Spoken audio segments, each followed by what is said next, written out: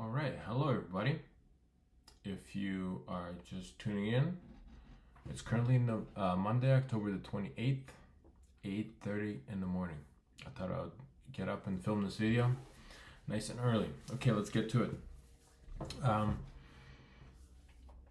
As we discussed on the last video, there are four basic types of terrines, and those are your straight terrines, straight pâtés, the country style, the gratin, and the mousseline, of course.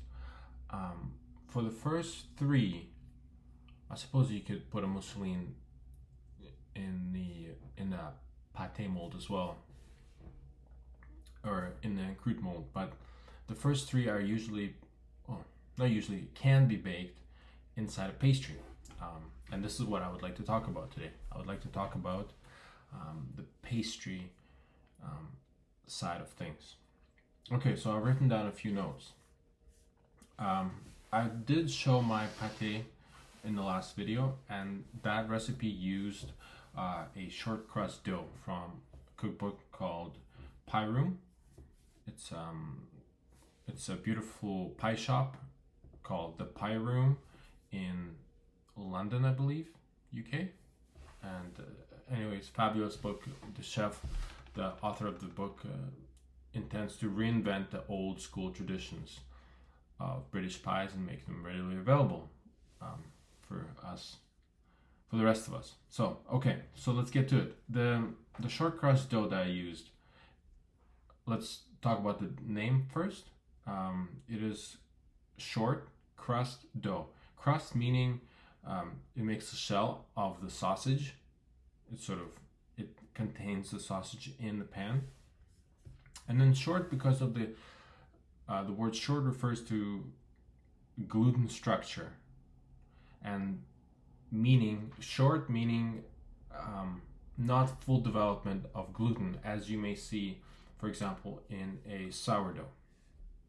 Okay, so let's talk about the short dough for a minute. The two main ways of manipulating the dough is the relationship between butter and the flour, as well as how well you knead it afterwards, after adding our liquid ingredients such as water. To really keep it short and underdeveloped, I suppose, of gluten, you really have to keep the butter and the flour texture mealy. And what that means is keeping your butter cold and working it in such a way that it produces cornmeal-like crust or cornmeal-like dough crumb. It has to feel almost like a slightly oversized cornmeal, because the little grains of butter are encapsulated or well surrounded by flour itself.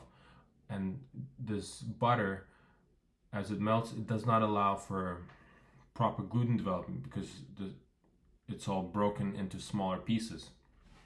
So that stops sort of gluten development, the fact that the butter is in short pieces and well distributed throughout the dough.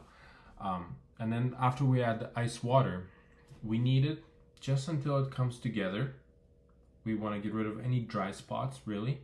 We knead it, and then once it's all loosely together, fully moisturized, well, maybe not as it's as well as it could be. The hydration is as well as it could be. There's no dry spots on the flour, and the butter is still cold. We knead it for about 10 times until we can form a ball of mass, sort of a ball of dough. And after that, ideally you want to refrigerate it for a couple of hours, ideally maybe even overnight, but at least a couple hours, ideally overnight. So, and what that allows is, it allows for full hydration and full sort of swelling of the flour proteins, and makes the dough even more cohesive. So, so that's, in a sense, is short crust dough. Let's talk about the recipe really quick. The recipe, and I'm just looking at my notes here. The recipe is as follows. We have 2 eggs beaten, 6 mils of ice water, 500 grams of plain flour, 10 grams of table salt, 150 grams of butter, chilled and diced, into 2 centimeter cubes. And when I read this recipe, when I read any recipe, this is a little note, I always try to think in baker's percentages and ratios. It's something that's been instilled into me since my very short-lived, about 3-day long apprenticeship at a bakery, which I did back in Edmonton.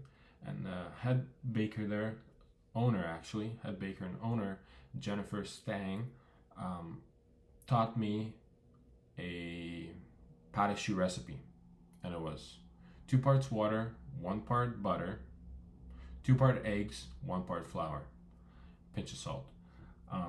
And that stuck with me for a very, very long time. And I always found it cool thinking about food in terms of proportions. This and that. For every, 100 mils, for every cup of liquid, you need, 7.5% flour, 7.5% water or butter to make roux, for example. So these relationships are always interesting to me. So I broke it down to baker's percentages, the whole recipe. So we have flour as 100% at 500 grams. Our second biggest ingredient is butter at 50%. And the weight is 250, as we just discussed. Eggs are 55 grams each. They're about 22% or 110 grams. Ice water is about 12%, 60 mils, and salt is 2%, 10 grams, using our weight of flour as 100% baseline.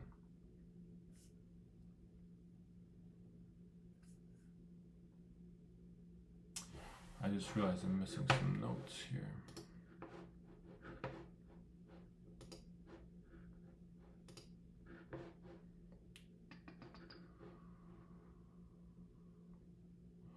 Pardon me. Wow. Where's the rest? Ah, they didn't translate for some reason.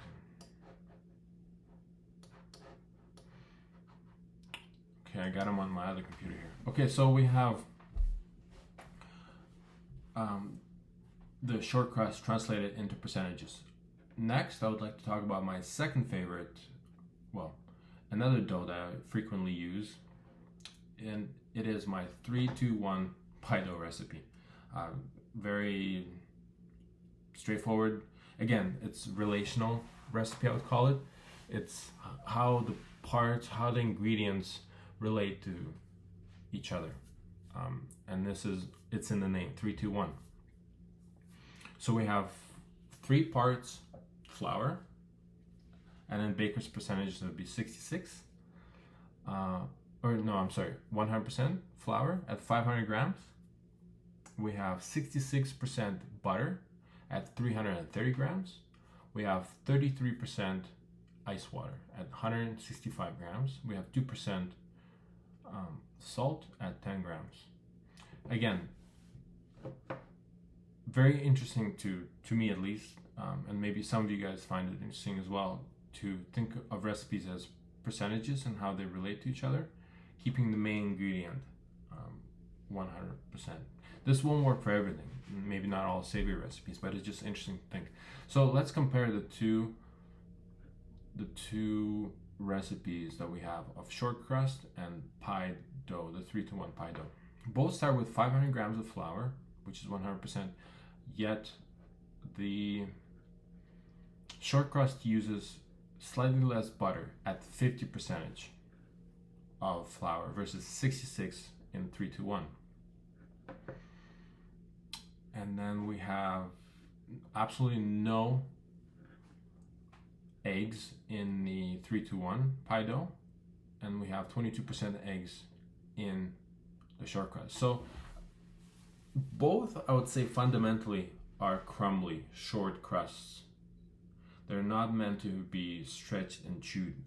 Pie dough, the 3-to-1 pie dough, I keep the butter extremely, well, as large as possible, sometimes reaching maybe even a thumb size. I don't mind that at all for some of them, not every piece, but some of them can remain a thumb size. So when I roll out the dough, it transfers into these paper thin sheets throughout the pastry, and when it bakes, it allows for a lot of good rise and a lot of good separation. And it almost, if I were to fold it a couple of times prior to rolling it out and baking it, it could be considered the rough puff recipe. It's really sort of a hybrid in between.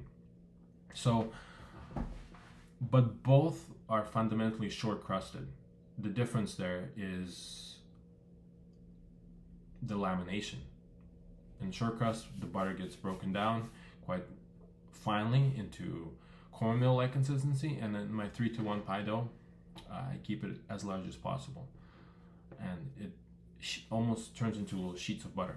So there's less fat at 50% in short crust, yet there's more eggs, which provide a little bit of fat, and there's less water at 12%, and there's 33% water in my 3-to-1 pie dough. So it's interesting.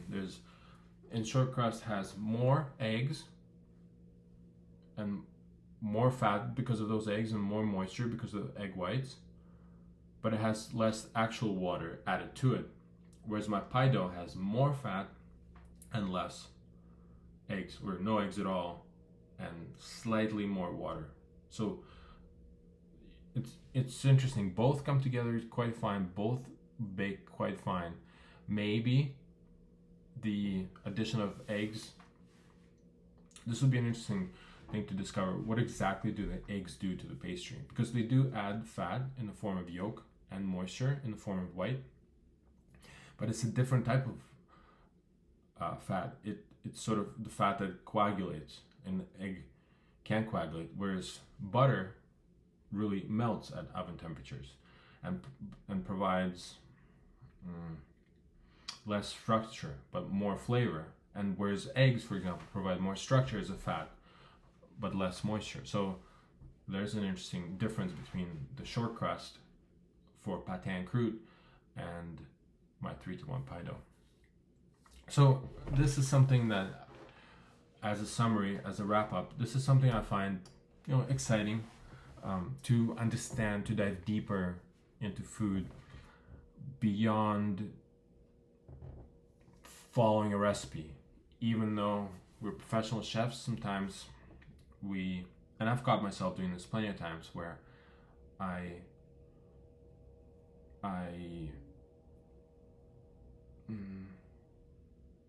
create something without understanding the fundamentals. And while it's great to make something, I think to become a competent chef, a future chef who's able to explain things concisely, as well as in great detail, maybe at the same time, requires this deep dive into comparison and talking about things. So yes, this is sort of one of the aspects of this YouTube channel, is to dive a little bit deeper into food. Also, another aspect is to do this with people. Of course, I'm a chef, I work with chefs. One of my goals is to invite people out onto this channel, and once I get my kitchen all established, cooking together and talking about food and having interviews and talking about experiences and talking about the future of the next restaurant, the next wave of restaurants, the next wave of chefs, the next wave of the surroundings, the environment, the farmers, the guests, the locals that will come to our restaurants, the technology. I would like to build a spot for that discussion and nurture exchange of knowledge and discovery of knowledge. So yes, this is what I've been working on, and what I am working on at the moment. Right now, these videos take shape in just sort of me talking to a camera shape, but further down the line, I would like to build out a little kitchen and get going with actual recipes. So This is a gift from my sister. Squeeze the day. Go ahead, guys. Squeeze the day. Get after it. Happy Monday, everybody. Take care.